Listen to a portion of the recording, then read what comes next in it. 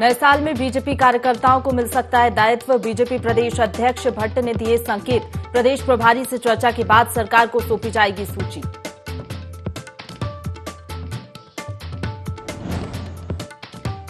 मुख्यमंत्री पुष्कर सिंह धामी को मिला स्वच्छ राजनीतिज्ञ सम्मान। नित्यानंद स्वामी जन सेवा समिति ने किया सम्मानित।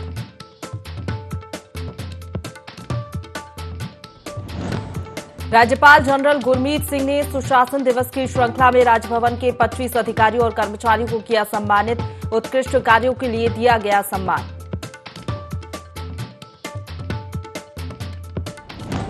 और प्रदेश में शीतलहर का कहर जारी। कड़ाके की ठंड। आज और कल बंद रहेंगे हरिद्वार और उधम सिंह नगर जिले के स्कूल। अगले 3 दिन कोल्ड डे का अलर्ट।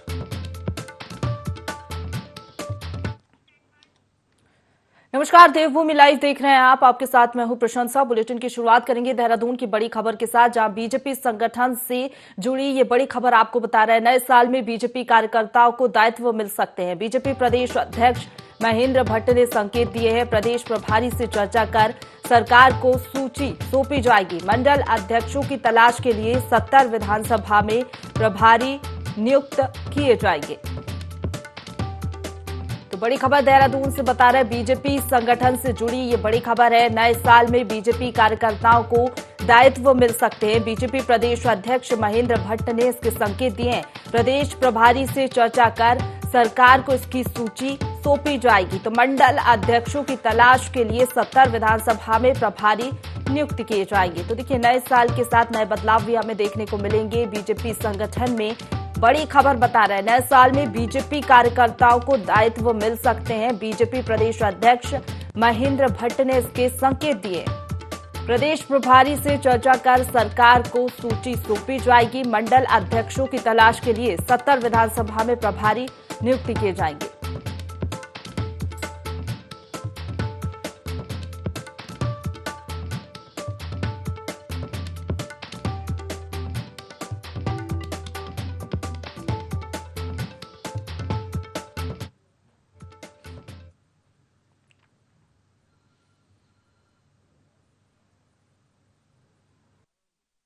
देखिए, मुझे बताते हुए खुशी है कि बहुत जल्दी हम लोग अपने संगठन के विस्तार को आगे बढ़ा रहे हैं। हमारे अभी 3 जिले कुछ कारणवश रुके हुए थे, उनकी घोषणा हम आज रात तक कर देंगे। हमारे मात्र 2 मोर्चे रह गए प्रदेश स्तर के, उनकी भी हम घोषणा आज या कल के बीच में कर देंगे। इसके बाद हमारे मंडलों के संगठन के विस्तार के लिए हमने प्रदेश की टीम बना दी। वो टीमें सभी विधानसभाओं में जाएंगी, मंडल का पैनल आएगा। मुझे बताते खुशी, हम 10 जनवरी तक अपने मंडल अध्यक्षों की घोषणा कर देंगे। जहाँ तक सरकार के दायित्व का विषय है, उसमें हमने लगभग 2 स्तर पर हमारी बैठक हो चुकी है। अभी हमारे जो प्रदेश के प्रभारी हैं दुष्यंत गौतम जी, उनके साथ हमारी बैठक प्रस्तावित है। उस बैठक के बाद सूची सरकार को दे देंगे। तो प्रदेश अध्यक्ष महेंद्र भट्ट को सुन रहे थे। आप बोल रहे थे कि 10 जनवरी तक मंडल के अध्यक्षों की नियुक्ति हो जाएगी और आप प्रदेश प्रभारी के साथ एक और बैठक रखी गई है। बैठक प्रस्तावित है, उसके बाद चर्चा की जाएगी और तमाम बदलाव हमें देखने को मिल सकते हैं। तो नए साल में बीजेपी कार्यकर्ताओं को दायित्व मिल सकता है। सत्ता संगठन में बदलाव के संकेत दिए हैं बीजेपी प्रदेश अध्यक्ष महेंद्र भट्ट ने। प्रदेश प्रभारी से चर्चा कर सरकार को सूची सौंपी जाएगी। मंडल अध्यक्षों की तलाश के लिए 70 विधानसभा में प्रभारी भी नियुक्त किए जाएंगे। खबर पर ज्यादा जानकारी के साथ हमारे सहयोगी आकाश लाइव जुड़ गए, सीधा उनका रुख करेंगे। आकाश, नए साल के साथ नए बदलाव भी हमें देखने को मिलेंगे। सत्ता और संगठन में किस तरीके से देखा जाए इन बदलाव को? देखिए, बिल्कुल जिस तरीके से कह सकते हैं कि बीजेपी लगातार अपने कार्यकर्ताओं का मनोबल बढ़ाती रहती है और इसी तहत ये तय किया गया है कि जिस तरह के जिन कार्यकर्ताओं के बलबूते या फिर जो बड़े वरिष्ठ नेता हैं उनको सरकार में जो है जिम्मेदारी, यानी कि राज्य मंत्री के तौर पर जो तमाम अन्य विभागों होते हैं जिसमें अध्यक्ष उपाध्यक्ष की नियुक्तियां की जाती हैं, उस पर एक तरीके से बीजेपी के कार्यकर्ताओं का वरिष्ठ नेताओं को जिम्मेदारी दी जा सकती है। कह सकते हैं कि लगातार इस बात को लेकर काफी लंबे समय से भी मांग होती आई है कि दायित्व से जो है कार्यकर्ताओं का नवाजा जाए, जिससे कि न के कार्यकर्ताओं का मनोबल भी बढ़ता है। और ऐसे में कोशिश सरकार में होती है कि सरकार के जो तमाम ऐसे कार्य हैं जिसमें अध्यक्ष और उपाध्यक्षों की नियुक्तियां होती हैं, तो ऐसी स्थिति में कहीं ना कहीं जब कार्यकर्ताओं को वहां पर बिठाया जाता है तो उस स्थिति में कहीं ना कहीं कार्यकर्ताओं का मनोबल भी बढ़ता है और आने वाले समय में इसका फायदा जो है पार्टी को मिलता है। और यही वजह है कि बीजेपी अब ये तैयारियों में है कि जिस तरीके से आपकी दायित्व को लेकर के जो कसरत है वो लगभग पूरी हो चुकी है। 2 दफा की जो बैठक है वो प्रदेश प्रभारी दुष्यंत गौतम ने कर ली है और माना जा रहा है कि जल्द ही एक और बैठक जो है जनवरी के पहले सप्ताह में हो सकती है, जिसके बाद 14 जनवरी यानी मकर संक्रांति के बाद कभी भी जो है दायित्वों का बंटवारा हो सकता है। और ऐसे में कह सकते हैं कि जो सूची है वो जल्द तैयार कर ली जाएगी, जिसको सरकार को सौंपा जाएगा और मुख्यमंत्री का कहीं ना कहीं अधिकार होता है कि वो किन लोगों को शामिल करते हैं। और ऐसे में कह सकते हैं कि मुख्यमंत्री तमाम जो कार्यकर्ता हैं, वरिष्ठ नेता हैं, उनको इस तौर पर जो सरकार में तमाम महत्वपूर्ण पद हैं उस पर एक तरह से दायित्व से नवाज सकते हैं। तो कह सकते हैं कि लगातार कार्यकर्ताओं की जो आस थी वो कहीं ना कहीं खत्म होती हुई नजर आएगी। दूसरी तरफ अगर हम बात करें संगठन में भी जिस तरीके से बदलाव के संकेत कहीं ना कहीं थे, क्योंकि जिस तरीके से महेंद्र भट्ट को अध्यक्ष बनाया गया उसके बाद ये देखा गया था कि प्रदेश की नई टीम का गठन हुआ। नई टीम के गठन के बाद तमाम जिला अध्यक्षों और मोर्चों का गठन हुआ और अब कहीं ना कहीं जो बीजेपी का मंडल स्तर पे जो तमाम अध्यक्षों की नियुक्तियां हुई हैं उसको लेकर भी महेंद्र भट्ट ने साफ तौर पर कहा है कि 10 जनवरी तक जो है सभी मंडल अध्यक्षों की नियुक्ति कर दी जाएगी। यानी कि कह सकते हैं कि आने वाले समय में चाहे निकाय चुनाव हो या लोकसभा चुनाव हो, उसकी तैयारी में बीजेपी अभी से जुट चुकी है। बिल्कुल आकाश, अगर बात करें तो इसमें परफॉर्मेंस भी काउंट की जाएगी। जो नॉन परफॉर्मेंस रहेंगे वो लिस्ट से बाहर भी हो सकते हैं, क्योंकि जिस तरीके से आपने जिक्र किया निकाय चुनाव है, लोकसभा चुनाव 2024 जो कि सबसे ज्यादा महत्वपूर्ण है, उसी के तहत ये नई टीम का गठन भी किया जा रहा है ताकि नई टीम नए साल में नए जोश के साथ काम कर सके। हाँ बिल्कुल, ये बात सच है कि जिस तरीके से युवा मुख्यमंत्री हैं और युवा जोश को कहीं ना कहीं बीजेपी आगे लेकर चल रही है और यही वजह है कि बीजेपी ने जो तमाम अपने जिला अध्यक्षों की नियुक्ति की है उसमें अधिकतर जो लोग हैं वो 50 साल से कम उम्र के हैं। तो ऐसे में कह सकते हैं कि नई टीमों में युवाओं को मौका दिया जा रहा है, क्योंकि युवा एक तरीके से बेहतर कहीं ना कहीं भागदौड़ कर सकता है, पार्टी के लिए काम कर सकता है, युवाओं में कहीं ना कहीं जोश भी होता है। तो उस स्थिति में पार्टी तमाम चीज़ों को लेकर मंथन चल रहा है और ये वजह है कि जिस तरीके से तमाम जो मंडल अध्यक्षों की नियुक्तियां होनी है उसको लेकर के बकायदा 70 की 70 विधानसभा में प्रभारी नियुक्त किए गए हैं, जिनको ये कहा गया है कि जल्द से जल्द वो तमाम अपने जिले अगर हम विधानसभा में जाएं और उसमें रिपोर्ट तैयार करके पैनल जो है 31 तारीख तक जो है पार्टी के अध्यक्ष को सौंप दिया जाए, जिसके बाद कहीं ना कहीं मंथन इसमें होगा और उसके बाद नियुक्तियां की जाएंगी। तो कह सकते हैं कि ये बात सच है कि आकाश, मंडल अध्यक्षों की नियुक्ति होगी तो किन चीजों को ध्यान में रखा जाएगा, क्या क्राइटेरिया रहेगी, किन पहलुओं पर ध्यान दिया जाएगा? देखिए, मंडल अध्यक्षों की नियुक्तियों को लेकर जो तैयारियां चल रही है उसमें जो प्रभारियों को जिम्मेदारी दी गई है उनको ये कहा गया है कि वो 3-3 मंडल हर मंडल में जो है 3-3 का नाम को पैनल तैयार करें। साथ ही साथ अगर हम बात करें तो उसमें युवाओं को तरजीह देने की बात कही गई है कि युवा जोशों को एक तरीके से उसमें मौका दिया जा सके। साथ ही साथ जो पुराने ऐसे निष्ठावान कार्यकर्ता जिन्होंने काफ़ी मजबूती से काम किया है उन जगहों पर जो है विशेष फोकस रहे कि अगर उनको दोबारा जिम्मेदारी दी जाती है तो किस तरीके से काम कर सकते हैं। कह सकते हैं कि ये कोशिश कहीं ना कहीं बीजेपी की है, क्योंकि अगर हम बात करें तो पिछले कई एक तरह से मिथक भी तोड़ा है इस बार का, क्योंकि हमेशा से ये मिथक उत्तराखंड में रहा है कि एक बार बीजेपी पर कांग्रेस सत्ता में रहती है। तो ऐसी स्थिति में दोबारा सत्ता में काबिज बीजेपी हुई तो सही बात है कहीं ना कहीं कोशिश भी रहेगी, लाभ लेने की कोशिश भी रहेगी कि जो पुराने कार्यकर्ता हैं उनको भी एक तरह के साथ लेकर चला जाए और नयों को भी जो है तरजीह दी जा सके। तो ये तमाम क्राइटेरिया है जो तैयार किया जा रहा है, लेकिन कोशिश यही है कि अधिक से अधिक युवाओं की जो भागीदारी है वो संगठन में रहे, जिससे कि कहीं ना कहीं युवा एक तरह के बेहतर काम जो है पार्टी संगठन में कर सके। बिल्कुल, चलिए आप बने रहिए हमारे साथ। आकाश, आगे भी आपसे जानकारी लेंगे। तो देहरादून से ये बड़ी खबर बता रहे, बीजेपी संगठन से जुड़ी ये बड़ी खबर है। नए साल में बीजेपी कार्यकर्ताओं को दायित्व मिल सकते हैं, यानी कि नए साल में नई टीम उभर कर सामने आएगी। बीजेपी प्रदेश अध्यक्ष महेंद्र भट्ट ने इसके संकेत दिए हैं। प्रदेश प्रभारी से चर्चा की जाएगी, उसके बाद जो सूची रहेगी वो सरकार को भेजी जाएगी, उसी के तहत बदलाव हमें देखने को मिलेंगे। आगे बढ़ेंगे, देहरादून से एक और बड़ी खबर का रुख करेंगे, जहां शीतलहर का कहर जारी है। अगले 3 दिन सर्दी का अलर्ट जारी किया गया है। उधम सिंह नगर और हरिद्वार में शीतलहर का कहर जारी है। मौसम विभाग ने दोनों जिलों में अगले 48 घंटे के लिए ऑरेंज अलर्ट जारी किया है। ठंड के साथ ही कोहरे की संभावना भी जताई जा रही है। कड़ाके की ठंड के कारण आज और कल स्कूल बंद रहेंगे।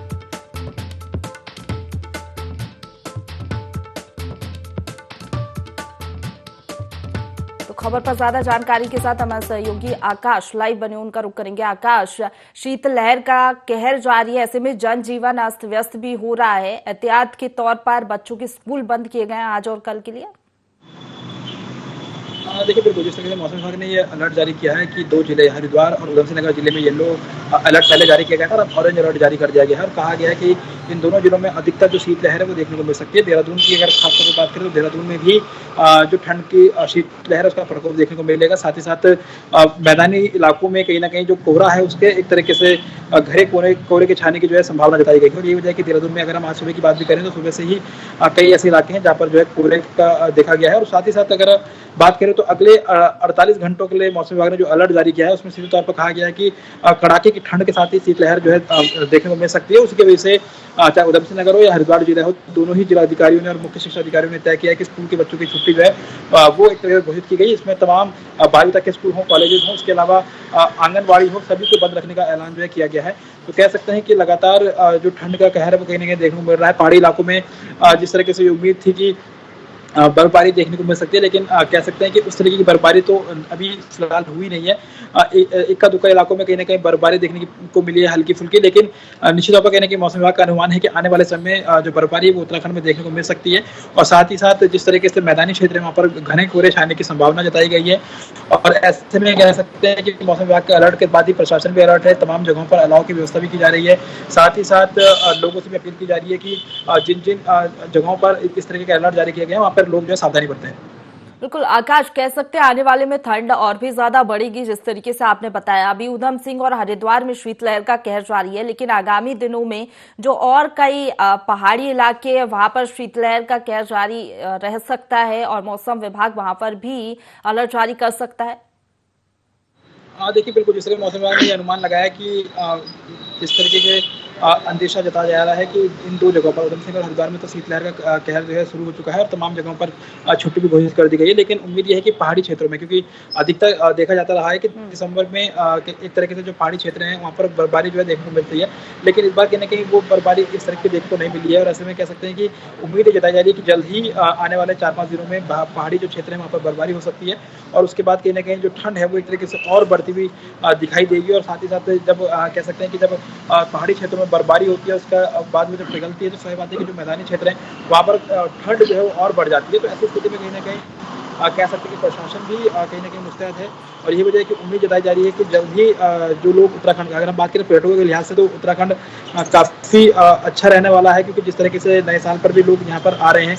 अधिकतर अगर हम पर्यटन क्षेत्रों की बात करें, नैनीताल, मसूरी या फिर औली की बात की जाए, हर्षिल की बात की जाए, ये ऐसे क्षेत्र हैं जहाँ पर कहीं न कहीं पर्यटक हमेशा से ही नए साल के लिए यहाँ पर जश्न के लिए आता है। तो इनके लिए कहीं न कहीं कह सकते हैं ठंड देखने को मिल सकती है, लेकिन बर्फबारी का जो लुत्फ उठाने के लिए अभी उत्तराखंड आ रहे हैं, निश्चित तौर पर कहीं न कहीं मौसम विभाग ने भी बात का अनुमान लगाया कि उनको थोड़ा सा इंतजार जो है करना पड़ सकता है। बिल्कुल कह सकते हैं आगामी दिनों में ठंड पड़ सकती है। शीतलहर का कहर फिलहाल जारी है। शुक्रिया आपका हमारे साथ जुड़ने के लिए। सीएम पुष्कर सिंह धामी ने सचिवालय में अनुभाग अधिकारियों के साथ बैठक की। बैठक में सुराज, सुशासन, सरलीकरण एवं समाधान के संबंध में अधिकारियों से चर्चा की गई। चर्चा के दौरान अनुभाग अधिकारियों ने महत्वपूर्ण सुझाव दिए। सीएम धामी ने कहा कि आमजन की समस्याओं के समाधान के लिए पत्रावलियों पर सकारात्मक नोटिंग हो, इस पर ध्यान दिया जाए। उन्होंने कहा कि सचिवालय से लोगों को बहुत अपेक्षाएं होती हैं।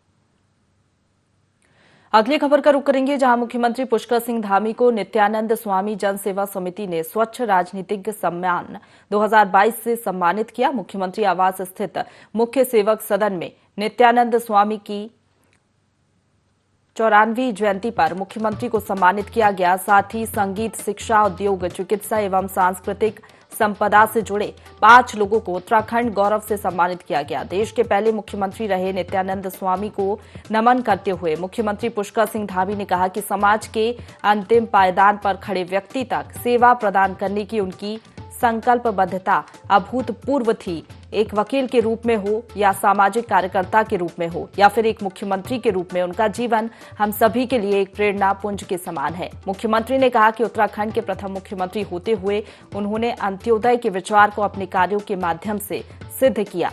शैक्षणिक व्यवस्था में सुधार, स्वास्थ्य सेवाओं का विकास और सैनिकों के हित के लिए उन्होंने अभूतपूर्व कार्य किए। उत्तराखंड की सांस्कृतिक विरासत पर विशेष ध्यान देते हुए उन्होंने उत्तराखंड के राज्य चिन्हों को स्थापित कर संपूर्ण देश में उत्तराखंड की एक विशिष्ट पहचान बनाई।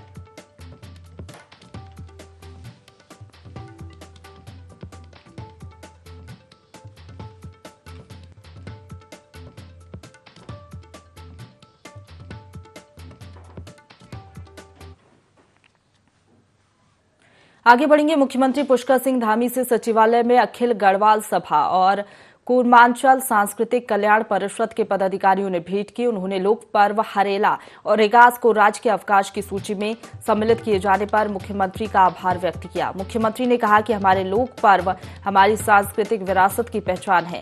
राज्य की समृद्ध लोक संस्कृति को आगे बढ़ाने के निरंतर प्रयास हो रहे हैं। आने वाले समय में राज्य के अन्य त्योहारों को भी भव्य रूप से मनाए जाने के प्रयास किए जाएंगे। इसमें हम सबको सामूहिक रूप से जिम्मेदारी निभानी होगी, तभी हम अपनी संस्कृति और परंपराओं की जड़ों से जुड़ पाएंगे।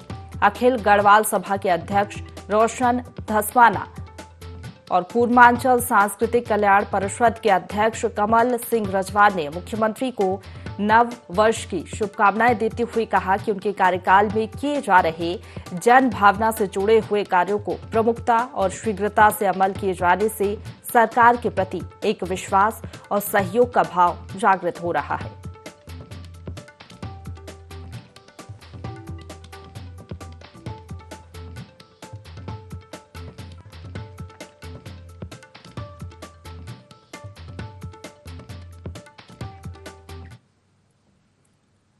आगे बढ़ेंगे। राज्यपाल लेफ्टिनेंट जनरल गुरमीत सिंह ने राजभवन के 25 अधिकारियों और कर्मचारियों को उनके उत्कृष्ट कार्यों के लिए सम्मानित किया। इस अवसर पर उन्होंने सम्मानित होने वाले अधिकारियों और कर्मचारियों को बधाई देते हुए कहा कि ये पुरस्कार आप लोगों के अपने कार्यों के प्रति ईमानदारी और निष्ठा का परिणाम है। राज्यपाल ने कहा कि जिस लगन और कर्तव्य निष्ठा के साथ आपके द्वारा कार्य किया गया है, उसे निरंतर जारी रखें। पुरस्कृत होने के बाद सभी को जिम्मेदारी और भी ज्यादा उनकी जिम्मेदारी अधिक बढ़ गई है। राज्यपाल ने कहा कि राजभवन पूरे प्रदेश का प्रतिनिधित्व करता है, जिसमें अधिकारियों और कर्मचारियों की कार्यशैली बेहद महत्वपूर्ण हो जाती है। उन्होंने कहा कि अपने कार्यों के प्रति पूरी निष्ठा और सजगता से ही इस राजभवन की अच्छी छवि जनता के सामने जाएगी। उन्होंने कहा कि आप सभी दूसरे अधिकारियों और कर्मचारियों के लिए उदाहरण हैं। उन्होंने इसी लगन और मेहनत से कार्य करने का आह्वान किया। राज्यपाल ने यहां भी कहा कि हमें अपने दिए गए दायित्वों और कर्तव्यों के प्रति बेहद सजग होने की जरूरत है।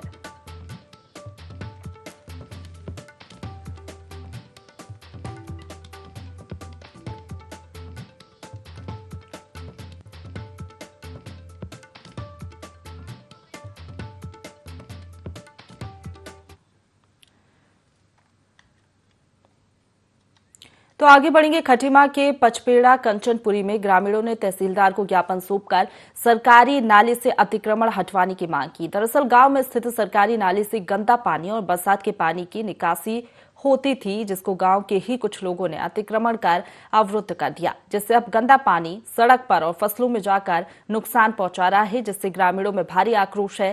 तहसीलदार शुभांगिनी ने इस मामले में बताया कि सरकारी नाले पर अतिक्रमण के संबंध में जांच कर कार्रवाई की जाएगी। यहाँ पर अभी कुछ काश्तकारों द्वारा शिकायत की गई है कि ग्राम प्रधान के माध्यम से जो नाला वहाँ पर खुलवाया जा रहा है, वहाँ पर जो काश्तकारों के खेत हैं उनको नुकसान होने की संभावना है। तो उसी के क्रम में नायब तहसीलदार खटीमा और साथ ही जो स्थानीय राजस्व उप निरीक्षक है उन्हें मौके पर भेजा गया है। जाँच करके उसमें कार्रवाई की जाएगी। आगे बढ़ेंगे। काशीपुर में पुलिस ने 15,000 के नामी आरोपी रईस उर्फ भूरा को उत्तर प्रदेश से गिरफ्तार किया है, जिसके ऊपर उत्तराखंड में कई मामले दर्ज थे। आरोपी अपनी पहचान छिपाकर यूपी में रह रहा था, जिसे अब पुलिस ने गिरफ्तार कर लिया है। आरोपी सहारनपुर में डेयरी की दुकान संचालित करते हुए पकड़ा गया। एसएसपी महोदय द्वारा उधम सिंह नगर जो हमारे जनपद के वांछित इनामी हैं उनके लिए अलग अलग टीमों का गठन किया गया था। इसी के क्रम में आज ये रईस उर्फ भूरा जो कि सातिर चोर है और इस पे गैंगस्टर की कार्रवाई अमल में लाई गई थी और ये लगातार फरार चल रहा था। ये मूलतः बिजनौर का रहने वाला है और ये सहारनपुर में अपना एड्रेस चेंज करके रह रहा था, वहाँ डेयरी के उस पर काम कर रहा था। इस को पकड़ने की जिम्मेदारी हमारा टाडा चौकी इंचार्ज मनोज जोशी को दी गई थी और उनको इसमें सफलता मिली है। इसके ऊपर 15,000 का इनाम था। आज हमारी टीम ने इसको पकड़ा है। पकड़ने के बाद इसको माननीय न्यायालय में हम पेश कर रहे हैं। अगली खबर का रुख करेंगे, जहां राष्ट्रीय पुरानी पेंशन बहाली संयुक्त मोर्चा 8 जनवरी को सीएम आवास का घेराव करेगी, जिसकी घोषणा कर्णप्रयाग होमकार रैली में की गई थी। मोर्चे के प्रांतीय आईटी सेल प्रभारी अवधेश सीएमवाल ने कहा कि अनेक नेता पुरानी पेंशन बहाली का विरोध कर रहे हैं, जबकि स्वयं 3-4 पेंशन ले रहे कर्मचारियों के साथ ऐसा भेदभाव नहीं चलेगा। इसी भेदभाव को खत्म करने के लिए सीएम आवास का घेराव कर आवाज बुलंद की जा रही है। दरअसल कर्मचारी पुरानी पेंशन बहाली की मांग कर रहे हैं। दिनांक 8 जनवरी 2023 को मुख्यमंत्री आवास घेराव किया जा रहा है। पुरानी पेंशन बहाली के लिए उत्तराखंड के कर्मचारी लगातार आंदोलनरत हैं। हाल ही में कर्णप्रयाग हुंकार रैली के माध्यम से पुरानी पेंशन बहाली का संदेश दिया गया। इसी क्रम में पूरे उत्तराखंड के कार्मिक एक बार पुनः सरकार का ध्यान आकृष्ट करने के लिए 8 जनवरी को उत्तराखंड मुख्यमंत्री जी का आवास घेराव कर रहे हैं। राष्ट्रीय पुरानी पेंशन बहाली संयुक्त मोर्चा जो एक मिशन पुरानी पेंशन के उद्देश्य से पूरे देश में संघर्ष कर रहा है। साथियों, निरंतर कार्यक्रमों के माध्यम से केंद्र सरकार और राज्य सरकार से लगभग 80,000 कर्मचारी उत्तराखंड के हैं। इनकी बुढ़ापा का जो लाठी पुरानी पेंशन है उसे बहाल करने हेतु हम लगातार प्रयास कर रहे हैं। इसी क्रम में कर्णप्रयाग 18 दिसंबर को कर्णप्रयाग रैली के बाद अब 8 जनवरी 2023 को मुख्यमंत्री आवास का घेराव है और अपील करते हैं पूरे उत्तराखंड के अधिकारी कर्मचारी शिक्षकों से कि अधिक संख्या में देहरादून में उपस्थित होकर अपनी एकजुटता का परिचय दें और सरकार से अपील अनुरोध करेंगे कि हमारे कर्मचारियों का जो एक सूत्रीय मांग पुरानी पेंशन है उसे बहाल करें। आगे बढ़ेंगे। जसपुर क्षेत्र के गांव रामनगर में पशु वधशाला खोलने का स्थानीय लोगों ने विरोध किया। सैकड़ों की तादाद में ग्रामीण इकट्ठा होकर प्रस्तावित जमीन पर पहुंचे और विरोध करना शुरू कर दिया। ग्रामीणों का कहना है कि अगर यहां पर वधशाला खोला गया तो आंदोलन किया जाएगा। दरअसल 30 अक्टूबर को यहां पर पशु वधशाला खोलने की मांग को लेकर ज्ञापन सौंपा गया था, जिस पर राजस्व विभाग की टीम सर्वे करने पहुंची थी। साहब को जमशीदा बेगम द्वारा एक एप्लीकेशन दी गई थी यहाँ पे सिलेक्टर हाउस खोलने के, उसमें जो कि हम लोगों ने उस समय विरोध किया था, तो उस समय ये जांच रुक गई थी। कल एसडीएम महोदय द्वारा एक लेटर जारी हुआ कि यहाँ का एक टीम गठित करके इसका निरीक्षण कराया जा रहा है। सब जने यहाँ पे गाँव के लोग यहाँ पे पहुँचे, लेकिन यहाँ पे अधिकारियों द्वारा वो सर्वे कैंसिल कर दिया गया। यहाँ पे हम किसी भी स्थिति में सिलेक्टर हाउस नहीं बनने देंगे, चाहे हमें कुछ भी करना पड़ेगा, चाहे इसके लिए हमें कितना बड़ा आंदोलन करना पड़ेगा। प्रस्तावित वो स्थान है जहाँ पर गुसलखाने का योजना बनाने की है, तो पहले भी यहाँ ये विषय आया था। आज फिर एक जांच टीम यहाँ आने वाली थी। तो मैं बता दूं कि ये हिंदू बहुल क्षेत्र है, स्कूल पास में है, मंदिर भी पास में है और दोनों गांव जो बिल्कुल निकट हैं। पूरे क्षेत्र की जनता आहत है, जनता में आक्रोश है और मैं पुरजोर तरीके से प्रशासन से ये अपील करता हूं कि इस प्रकार के कोई भी कार्य इस क्षेत्र में न होने पाए। इससे शांति भंग होने का खतरा है। हम इसका पुरजोर विरोध करेंगे। आवेदन आया है स्लॉटर हाउस को बनाने के लिए। उसमें आज एक संयुक्त निरीक्षण होना था, क्योंकि आज जिला ये पूरे स्टेट में मॉक ड्रिल भी चल रही है, तो उस कारण से इसे थोड़ा सा निरस्त करना पड़ा। टीम इसमें जो हॉस्पिटल से भी आनी थी, तो उनकी लगातार उसमें मॉक ड्रिल का चल रहा था, तो इस कारण से ये कैंसिल किया गया। तो इसी को लेके ग्रामीण जो थे उनके द्वारा ज्ञापन दिया गया है कि पशु वधशाला यहाँ पर ना खुले। आगे बढ़ेंगे। कोरोना से निपटने काशीपुर में स्वास्थ्य महकमे ने अपनी तैयारियां पूरी कर ली हैं। ऑक्सीजन प्लांट से लेकर वैक्सीनेशन के कार्य में टीमें बना दी गई हैं और तेजी से वैक्सीनेशन का काम किया जा रहा है। वहीं 20 बिस्तर का एडमिट रूम बना दिया गया है। काशीपुर के सरकारी अस्पताल में मॉक ड्रिल का आयोजन किया गया। काशीपुर में सरकारी के साथ ही आपको बता दें निजी अस्पतालों से भी बातचीत कर ली गई है।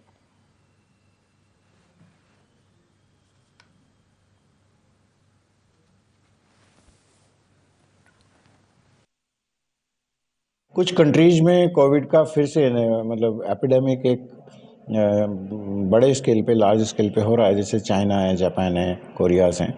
तो हमारे यहाँ भी लगातार उसको देखते हुए तैयारियाँ ज़ोरों शोरों से शुरू हैं।